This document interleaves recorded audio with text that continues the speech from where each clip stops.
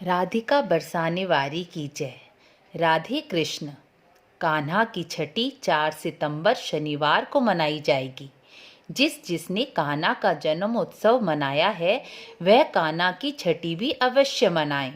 इस दिन कान्हा को पंचामृत से स्नान कराकर पीले या गुलाबी वस्त्र पहनाएं, चंदन से श्रृंगार करें और मोर पंख जरूर लगाएं। इस दिन ठाकुर जी को पीला या गुलाबी वस्त्र पहनाने से गुरु और शुक्र ग्रह मजबूत होते हैं। गुरु ग्रह का मजबूत होना बच्चों की शिक्षा, भाग्य और धन के लिए बेहद ज़रूरी होता है और शुक्र का मजबूत होना घर के धन वैभव को बढ़ाता है। इस दिन हम दोनों ग्रहों को मजबूती प्रदान कर सकते हैं।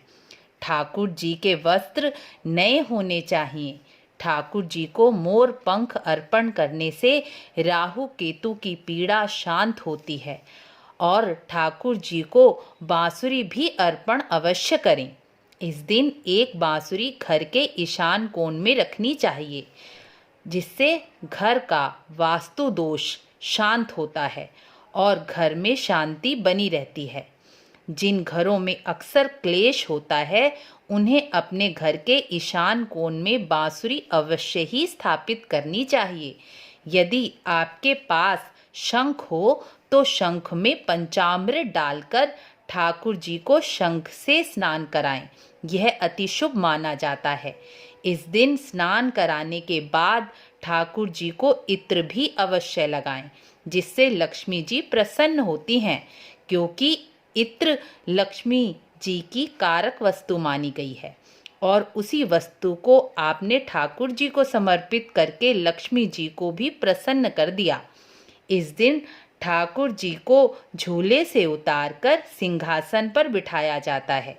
ठाकुर जी की छठी के दिन आप अपने ठाकुर जी का नाम भी रख सकते हैं या उनसे अपना कोई ना कोई संबंध स्थापित जरूर करें, क्योंकि संबंध निभाने वाले तो ठाकुर जी ही हैं।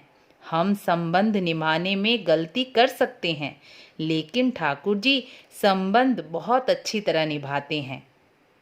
इस दिन ठाकुर जी को पीले मीठे चावल जिसमें मेवा डाला गया हो उसका भोग अवश्य लगाना चाहिए। साथ ही साथ इस दिन कड़ी चावल का भोग भी अवश्य लगाया जाता है।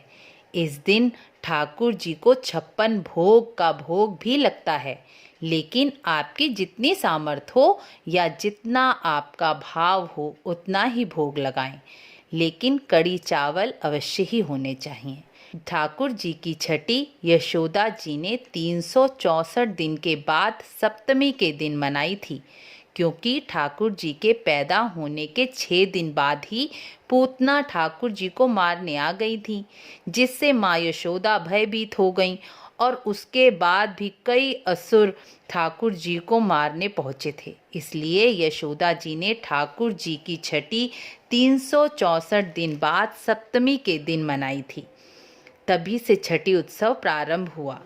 किसी भी बालक के जन्म लेने से 6 दिन बाद उसकी छठी मनाई जाती है। छठी के दिन बालक का नाम रखा जाता है और कई घरों में तो एक सुंदर कॉपी और एक कलम छठी माता के पास रखी जाती है और प्रार्थना की जाती है कि हे छठी माता, आप इस बालक का उज्जवल भविष्य लिखें। और पूरी रात वह कॉपी जिसमें स्वास्तिक बनाकर बच्चे का नाम, जन्म स्थान, समय, माता पिता का नाम, दादा दादी का नाम लिखकर मंदिर में पूरी रात रख दी जाती है। आप भी ठाकुर जी से अपने उज्जवल सुंदर भाग्य की कामना कर सकते हैं और इस दिन ठाकुर जी से कोई ना कोई संबंध अवश्य स्थापित करें। इस दिन ठाकुर जी को अपनी तिजोरी की चाबी अवश्य देनी चाहिए और प्रार्थना करनी चाहिए कि अब आप ही इस घर को चलाएं। यह उपाय बहुत ही कारगर होता है। जिसने भी सच्चे मन से स्वयं को और अपने घर को ठाकुर जी को सौंप दिया, वह निश्चित ही चिंता से मुक्त हो जाता है। ठाकुर जी को कड़ी चावल का भोग लगाकर आरती करें और शंख व घंटी अवश्य इस दिन कीर्तन करना और ठाकुर जी के नाम का जप करना भी विशेष फलदायी माना गया है। और श्री राधा नाम का जप तो ठाकुर जी को अत्यंत प्रिय ही है। पूजा में यदि कोई भूल चूक हो भी जाए, जो अक्सर मुझ जैसे तुझसे तो हो ही जाती है, तो केवल क्षमा मांगकर श्री राधा नाम का जप ठाकुर जी के आगे करने से ठाकुर जी अत्यंत प्रसन्न हो जाते हैं। ठाकुर जी की छठी की सबको लख लख बधाइयाँ। राधे राधे।